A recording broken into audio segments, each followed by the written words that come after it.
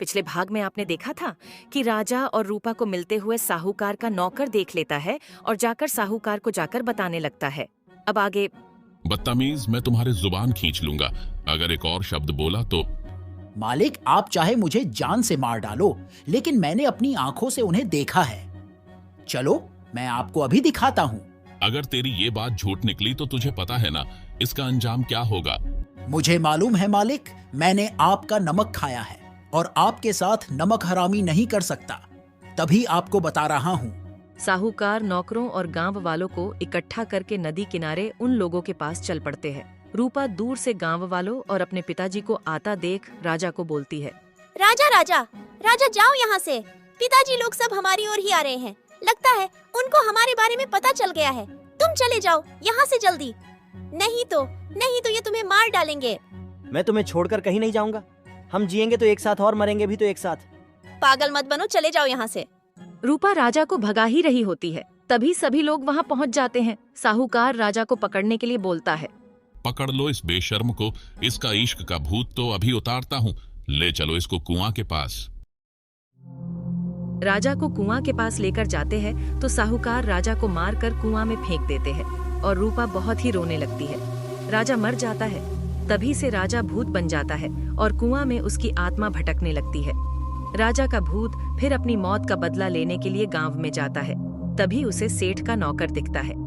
हाँ, मिल गया शिकार, अब मैं इसे मार डालूंगा। फिर क्या था, भूत उसको मार देता है और फिर उसी कुआं में आ जाता है। फिर अगले दिन उसी गांव का सरजू अपने उसी साथी को ढूंढ रहा था। अरे ये मोहन भी ना, पता नहीं बिना बताए कहाँ चला गया। लेकिन आज तक ऐसा कभी नहीं हुआ कि मोहन बिना बताए कहीं भी चला जाए। मोहन को ढूंढते ढूंढते सरजू को बहुत रात हो जाती है। फिर थक हार कर सरजू घर चला जाता है, पर उसे मोहन के बारे में सोच सोचकर नींद नहीं आ रही थी। सरजू अपने घर में खिड़की के पास बैठा मोहन के बारे में सोच रहा था। तभी वो देखता है कि राजा का भूत वहाँ से गुजरता है। अरे दादा रे भूत, बहुत डरावना भूत है।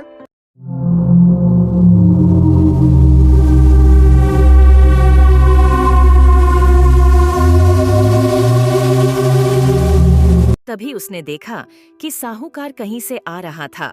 तब वो भूत साहूकार को पकड़ लेता है और उसे मार देता है। ये देखकर सरजू के होश उड़ जाता है। अरे ये क्या, साहूकार को भूत मारकर चला गया, ये क्या चक्कर है? सरजू पूरी तरह डर जाता है और अपनी खिड़की बंद करके सो जाता है। और इसी तरह गांव के बहुत से लोगों को वो भूत मार देता है और अगले दिन गांव के बहुत से लोग मर गए रहते हैं। और ये बात किसी को पता नहीं थी कि आखिरकार सब लोग क्यों मर रहे हैं।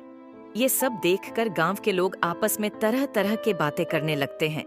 तभी वहाँ सरजू आ जाता है और भूत वाली सारी घटना को बता देता है। कल रात को मैं अपने आंखों से भूत को साहूकार को मारते देखा हूँ। फिर गांव वाले मिलकर एक बाबा के पास जाते हैं उस भूत से छुटकारा पाने के लिए। गांव वाले बाबा को सारी बातें बताते हैं और बाबा फिर बताते हैं, इस गांव के ऊपर एक भूतिया आशिक का साया है। कुछ साल पहले उसे मारकर कुआं में फेंक दिया था। दो प्यार करने वालों को तुम गांव वालों ने अलग कर दिया था, जिसका बदला गांव के लोगों को मारकर ले रहा है। बाबा जी हमारी मदद करो, उस आशिक के भूत से हम गांव वालों को बचाओ। ठीक है, पहले मुझे उस कुआं के पास ले चलो जहां उसकी मौत हुई थी। तभी गांव वाले उस पुजारी को कुआं के पास लेकर जाते हैं। कुआं के अंदर से गाने की आवाज आ रही थी, इश्क अधूरा, दुनिया अधूरी, ख्वाहिश मेरी कर दो ना पूरी, दिल तो यही चाहे तेरा और मेरा हो जाए मुकम्मल ये अफसाना, हर मुश्किल आसान हो जाती, मैं और तुम गर हम हो जाते, मैं और तुम गर हम हो जाते, कितने हंसी आलम हो जाते, मैं और तुम गर हम हो जाते, मैं और तुम गर हम हो जाते। फिर पुजारी जी मंत्र पढ़कर उस आशिक के भूत को बुलाता है ओम हिम क्रीम श्रीम भूताय आवाय नमः स्वाहा।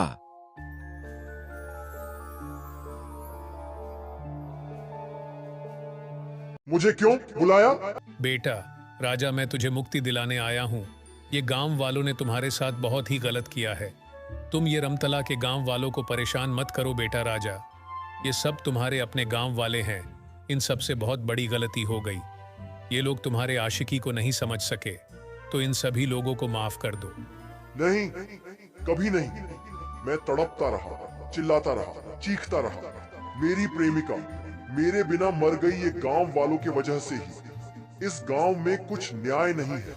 एक गरीब आशिक की पुकार किसी भी गांव वालों ने नहीं सुनी। मैं सभी गांव वालों को मौत के घाट उतार दूंगा।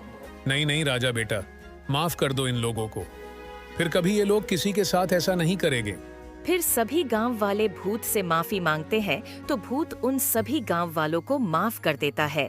फिर पुजारी वहीं पर हवन पूजा पाठ करके राजा के भूत को मुक्ति दिला देता है। कहानी अच्छी लगी हो तो लाइक जरूर करे। Thanks for watching.